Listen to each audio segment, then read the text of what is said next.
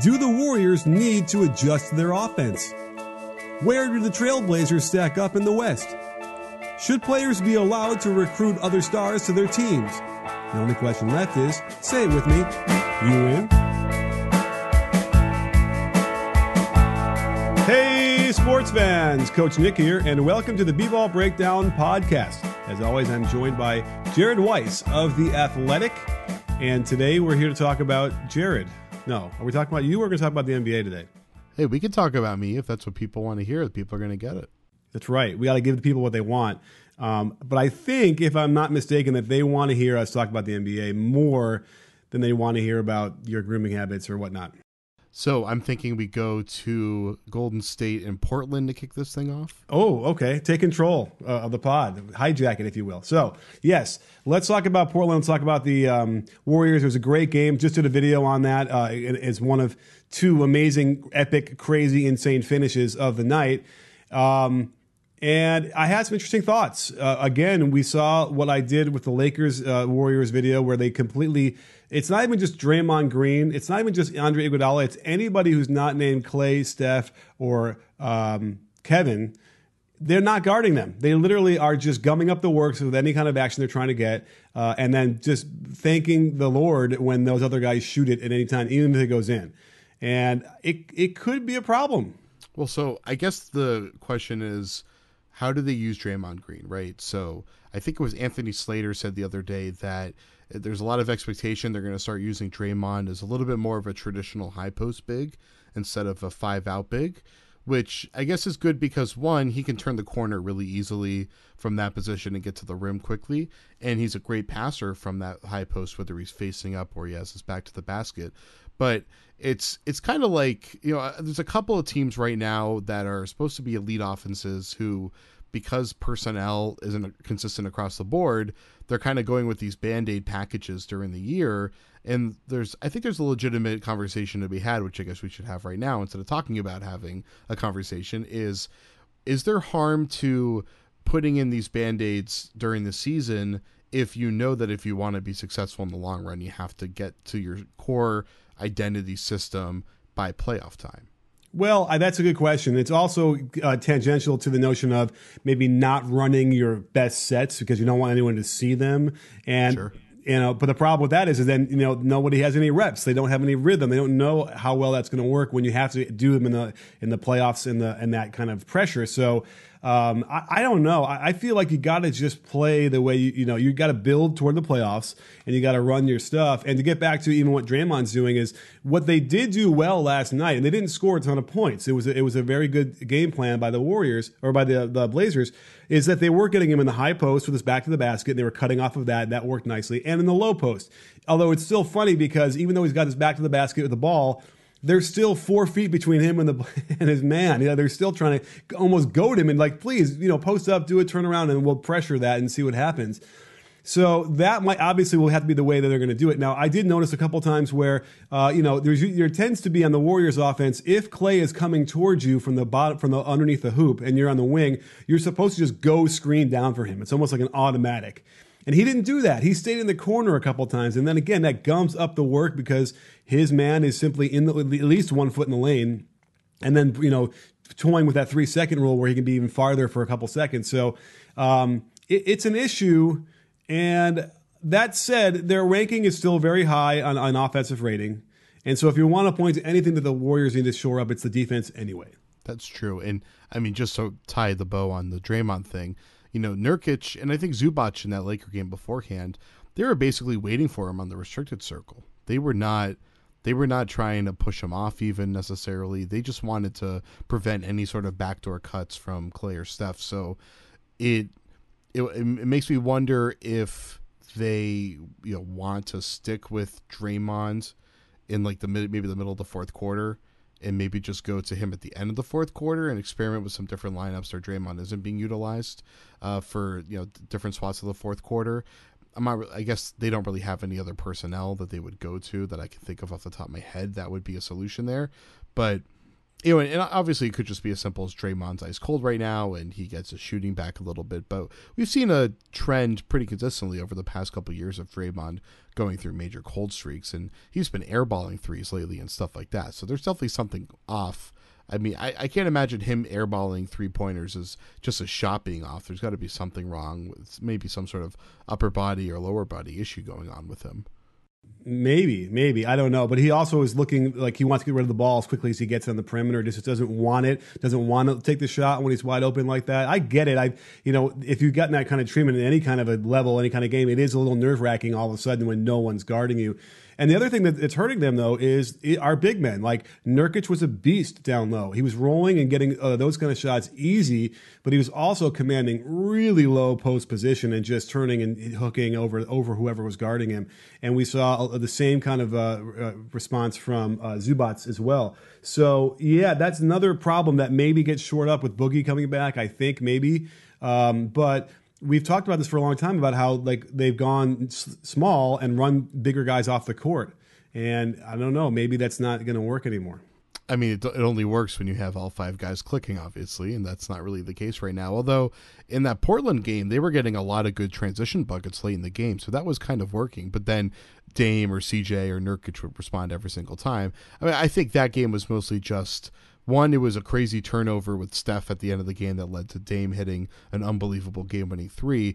But I think a lot of it was just it was a great shootout with a team that has 2 other elite scorers, and then Nurkic, who, on occasion is also an elite scorer.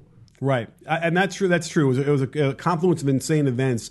We've seen a little bit of the turnover yips through the years, and some bad examples of that, even in the playoffs and the finals. So it's not completely foreign. But it was pretty crazy. That said, what you said about speeding up is another thing that they can battle this defense with, is getting down the court faster so they can get the shots before the defense can set up. And that's clearly what they're also trying to do. They've always been better when they're going faster like that anyway. So, is it going to wear them out quicker? I don't know, because then the other problem is if they're in dogfights more often, then they're playing more minutes than they're used to, because they probably have, how many blowouts would they have in a season, in the last few seasons? 20? Maybe Probably. more. Yeah, they've been living a pretty cushy lifestyle for a while. Yeah, so that's a big deal. And if they're forced to have to go, deeper into these games, it's a slog. And maybe we've forgotten that when we've seen these teams that go to the finals 3, 4, 5 times in a row, this is what the third and the fourth year usually look like. They like a scrap and barely get there, and they can kind of have to overcome a lot of adversity and then they get there. So we'll see. That doesn't quite feel that way yet, but they've got 13 losses, which is a lot more than they've had at this point in the season, I think, in their entire run.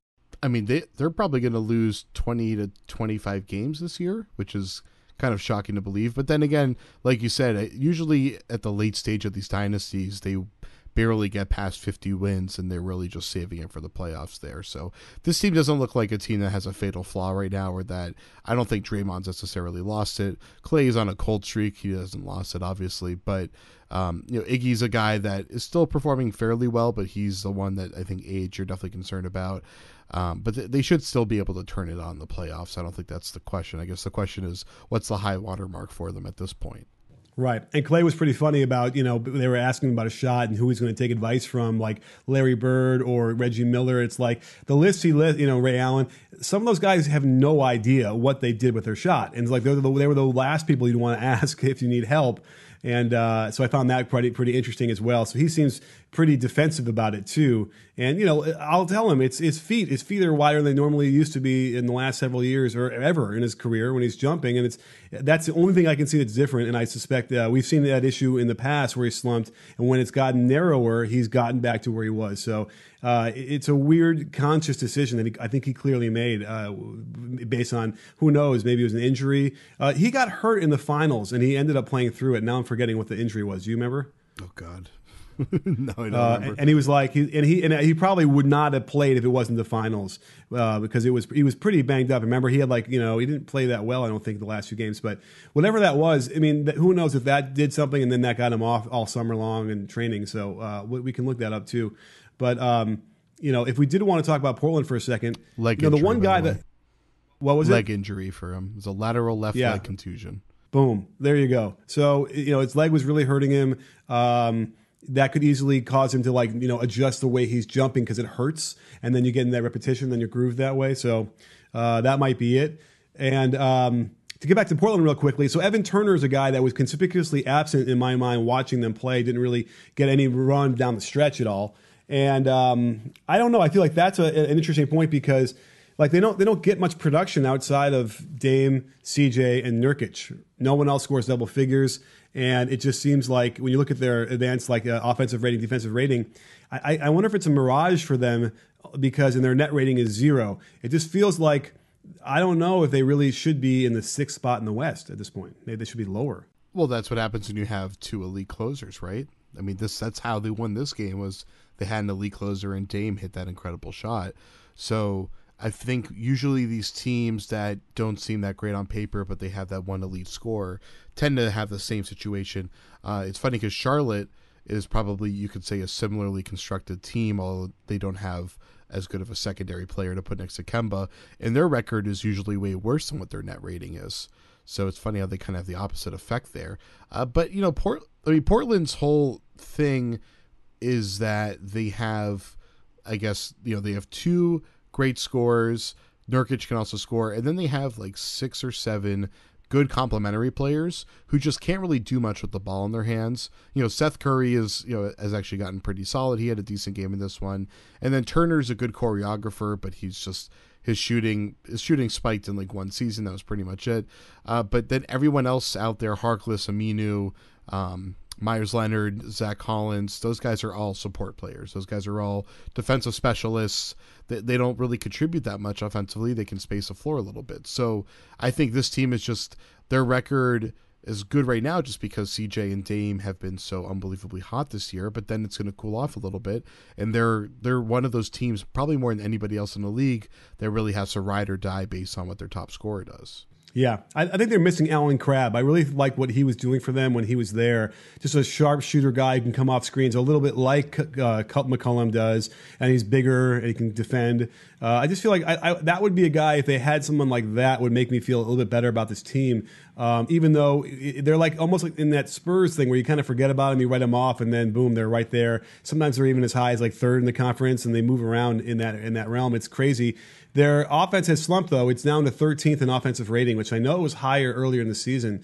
So that's another, an interesting thing. I know CJ has been shooting well, and he's trying to find his stroke there. By the way, CJ was the man down the stretch. I know that Dame hit the shot, but CJ was cold-blooded on a couple of shots, and then it got free throws, too, to generate points for them. That was huge. But they're also 19th on defense. So it's just like, I don't know. I just feel like the numbers to me are trending in a negative way for them. And but again, it just adds to the confusion that is the Western Conference. And while the Western Conference confuses me to no end, one place that I have zero confusion is at MackWeldon.com. I wasn't sure what they had to offer when I first clicked on their site, but when I saw the quality underwear, shirts, socks, hoodies, and sweatpants, I was completely hooked. All of their stuff is so comfortable, and it's because they engineered their own premium fabric. It's crisp weather out here in LA, and they've got the perfect jacket that keeps me just warm enough to be comfortable and stylish enough to get noticed. But don't stop there. Check out all their items, like their underwear that is naturally antimicrobial, meaning they eliminate odor. If you don't like your first pair, you can still keep them and get a full refund. Their website is beautifully designed and easy to use, and I know you'll love their style. And best of all, I can get you 20% off your first purchase by visiting MackWeldon.com and entering in the promo code BREAKDOWN. That's MackWeldon.com, and the promo code is BREAKDOWN. So should we talk about tampering? Let's do it. Let's talk about tampering and what it means. Certainly we know that there's a rule that Magic, I think, now knows very well now, that if you're part of a front office, you really can't in the press or publicly express your desire for a player on another team. I think, and I suppose you can't even talk to them until the very specific areas of the offseason. I think does that encapsulate the strict rules the way they're written? You're not even supposed to negotiate with your own players until it's time to negotiate. So yeah, it's the rule is relatively stringent, although it is genuine. It's kind of broad as well, with the commissioner having broad powers. So we see, especially lately, so many complaints about the way tampering is being handled by the league office. So that's why we have this memo that Woj was reporting about on Friday, which is kind of helpful to figuring out how the NBA is going to handle this? Yeah, I mean, what's interesting here is that for the longest time, it didn't matter what the what players themselves said. They were allowed to recruit and do whatever they wanted to, and they've said, in the past, we've seen instances like this in the past where a guy would say, sure, come, I would like to play with him, or I'd like him to come to play on our team, whatever. I know even CJ, I think, was part of that at some point over the summer with maybe Melo. Am I crazy? Like the year before? So no, was it Melo? Anyway, whoever it was. So that's what's interesting is that it seemed like it was okay, legal, no problem at all.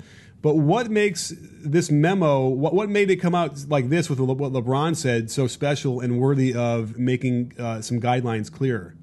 Well, obviously it's triggered by complaints from the teams. I think the one thing I would disagree with is the notion that this has always been permissible. I don't think players actively recruiting other players to their team and through the media has ever really been considered fair game. But I think players have made subtle comments and stuff like that.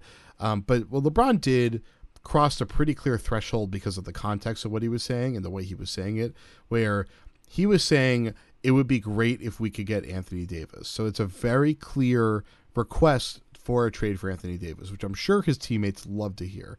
And then the other context, part of the context to it is that he is most likely heavily affiliated with Clutch Sports, which is owned and operated by Rich Paul. And Anthony Davis just got poached by Rich Paul pretty recently. I know that LeBron and his agent has always been able to basically get sweetheart deals for the other clients at Clutch. That happened with JR, Tristan Thompson, and who am I forgetting? Shump? Was Shump part of that as well, or was Shump not Clutch? I can't remember. But then Kentavious Caldwell-Pope, I was told during the summer that Rich Paul basically told told the Lakers, take care of KCP, LeBron's coming your way, and they did. So Rich Paul, like most agents, is able to use superstar athletes to leverage deals. It's very rare that they can do it in the way that Rich Paul is able to pull it off, but this is how it works with Clutch. So I think there's a legitimate argument to be made that this isn't fair because we've seen so many examples of Rich and LeBron being able to leverage LeBron in order to get literal contracts for guys. And then there's the other complaint, which is that we don't know how much LeBron has a vested interest in Clutch Sports. I think it was Kevin O'Connor at The Ringer and Zach Lowe at ESPN a couple days ago both had pretty extensive articles on this. It seems that there's their league sources seem to agree that whatever commission LeBron could possibly get from whatever contract Anthony Davis were to get, even if he were getting it, which would obviously be a pretty clear violation of the CBA, it wouldn't be enough for him to have the incentive to do something like that, where he'd put his career in jeopardy, put his reputation in jeopardy, and put his agency in jeopardy as well. Because once LeBron retires, I'm sure it's gonna publicly be that he has like a 35% stake in the company and is gonna make a ton of money off of it, and they're gonna expand even more into multimedia marketing and into film industry and all that kind of stuff. So he doesn't want to screw with the money. He's got a good thing going. Okay, so who's the top of the list of the teams that are complaining? I guess suppose it's New Orleans. Are they the ones who are that upset? Because walk me through that mindset. He's under contract through next year. Is that right? Yeah, so basically how it works is AD gets the Supermax offer this summer. AD probably turns it down based on what I think Rich Paul probably leaked to Chris Haynes in that report earlier last week. So at that point, they have to trade him. And this isn't, I think we've gone through this enough with all these other superstars that we don't really need to speculate too much about how this is going to go down. We know this is probably how it's going to go down. Unless New Orleans really gets it together and makes some sort of massive run, it seems like it's probably going to be over. So at that point, he can leak that he wants to go to the Lakers like Paul George did, like Kawhi's camp has been doing, or Kawhi's camp has been leaking LA. But so at that point, we see how that affects the trade market. Now, New Orleans can try to pursue the trade market now, but they don't have Boston actively able to bid against LA to drive up the price. Now, of course, Boston can engage in trade negotiations as long as they're confident they can keep them a secret, so that they're not holding on to players that they think are going to be pissed off by it, like Jaylen Brown, for instance, or even Jason Tatum. But Boston can't execute the trade until the offseason because of the Rose rule and Kyrie, which everyone has talked about 1,000 times. So Boston can be a part of negotiations, but the leverage that New Orleans has playing Boston and LA off of each other, and whoever else wants to get in the sweepstakes, but those are the two obvious ones, their leverage seems to disincentivize them from making a trade during the season. Okay, so you think that what their goal would be? I mean, their goal is obviously not to lose him, but if he doesn't take the offer of the Supermax in the summer, then they're going to have to start, actively looking to trade him at some point in the fall or whatever that is, in the beginning of the season next year. Yeah, and a big thing that I think Kevin noted was that the Supermax for the truly elite players like AD, like the 5 guys at the top of the game, isn't that much of an incentive because they can go with 1-and-1 contracts for the next 5 years, and then the difference isn't 80 million or whatever, it's really more like 15 million. So the gap between Supermax and then doing a bunch of 1-and-1s grows much smaller, but AD is part of a class of guys. Basically, it's like the first All-NBA team guys that are willing to do that. And also the consideration of where he signs, because if I don't know what the tax incentives are or the tax structure is in New Orleans, but like in states like Florida and Texas, if you go to there, right, you save so much extra money only on the games you play at home. But at those levels too, there's a something to be considered there. Especially that's probably another reason why maybe Kawhi would consider not staying in Canada because of that. I believe that's pretty restrictive with the income tax. Well, California is the highest state income tax. I think it was Phil Mickelson declared that he was changing his residence from San Diego because he was getting taxed up the wazoo by California. Although I'm sure that was probably more likely there were some tax fraud concerns with the state that probably they were trying to pursue. But the NBA is, I can't remember if they actually passed it or not, if they're talking about doing it, but they were talking about putting in a rule in the CBA to normalize the impact of state tax, where there would be some sort of pooling or something like that, but it would take away the advantage that Texas and Florida have. So I can't remember, and I'm sure somebody in the comment section will call me an idiot for not remembering, but it's either been introduced or it's already been approved. I'm pretty sure it has not been approved yet, though. It probably would be something for the next CBA anyway. But it is something that could affect AD because the next CBA is going to be in a couple years. And unless they say all current contracts are grandfathered in and AD's on a long-term contract, that would mean that if he was doing the 1+1 thing, then all of a sudden he would lose some of that incentive. But again, I don't think the incentives are that big for state tax that it really matters that much, especially because the opportunity to make money is so much higher when you're based out of LA than it is out of New Orleans. Sure. Now, and the bottom line here is, are you against the notion of players openly in the media talking about playing with other players? Definitely. I think that what LeBron did is tampering that should have been punished. I think there are ways that can be done where it's not punishable. I think you should be able to commend and show adoration for a player, especially because the whole idea between that split between players being able to tamper and then executives not being able to tamper, I think is one that executives and coaches are kind of supposed to be official agents of the decision-making process that have power in decision-making processes, while players are not supposed to, although of course in some cases they do, but also that these players for the most part have long established relationships that usually coaches and front office people don't have. So there's some merit to that. But what LeBron is doing is he's creating a PR campaign to try to poison the well for AD in New Orleans. It's a very obtuse, and it's an act of information warfare essentially, or propaganda warfare. I think it's such an overt act that it's something that probably should be punished. I think he probably should have been fined something commensurate with the amount that Magic Johnson was fined. Probably not quite at that point, because what Magic was doing was some pretty significant tampering. But I mean, this is the kind of stuff that if they let it slide, then you're going to see this active recruiting where all the small market teams are going to have the well poisoned against them. And we see this, I'm a big soccer fan, we see this in European soccer all the time, and I think it's insane how players do that. People talk about how they want to finish their careers with different teams, how they want to go play for different teams. They talk about how they want to steal players from other teams or coaches from other teams, and both coaches and players do it. And it's so disrespectful to your own club. It's so disrespectful to the other clubs. I think there should be a level of decorum, not to like preach from from my rocking chair or anything, but like I think there should be some level of respect and decorum built into the way that the transaction market works, because like there's so much on the line and there's so much money on the line for these teams that if you're doing it in a reckless manner, you're causing pretty significant damage to other organizations that are a part of the collective association. Fair enough. I'd actually really like to do a pod with Bill Simmons. I think he would be a great partner for me as well. So maybe I'll try and. Oh, wait a minute. You're listening. Sorry. That probably made you feel bad, I guess, right? No, not really. If it was someone else, maybe. No, I was kidding. All right.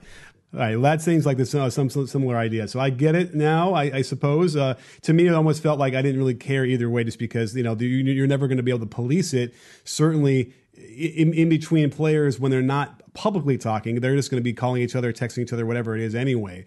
That's probably one of the reasons why they didn't want to really enforce much. But I suppose once you start getting into the public sphere, that is an issue. And so I get it. Not cool. And we should probably, they're going to have to put a tamp down on that one. So we'll see what the fine is, if any. I'd be a little bit surprised if LeBron does get fined, though. I think at this point it's pretty clear he isn't. I think we're kind of past that, and this memo serves to do that.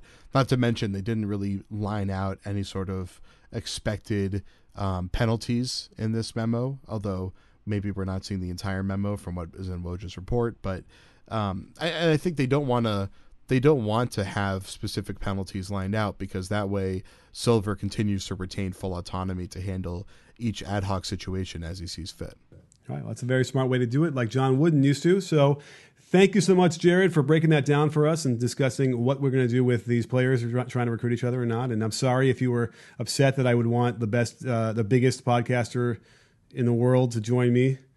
You are upset. I'm sorry. It's all right. That's good. I need to get that. I'm just going to poach the B-Ball Breakdown pod from you, and I'm going to start having Dave DeFore back on every week. Oh, great. All right. Say hi to Dave for me, would you? So, all right. Well, anyway, thanks for coming on. Great stuff. And we'll see you guys next week. And don't forget, sports fans, at B-Ball Breakdown, not a channel, we're a conversation. You in? Are you in, Jared?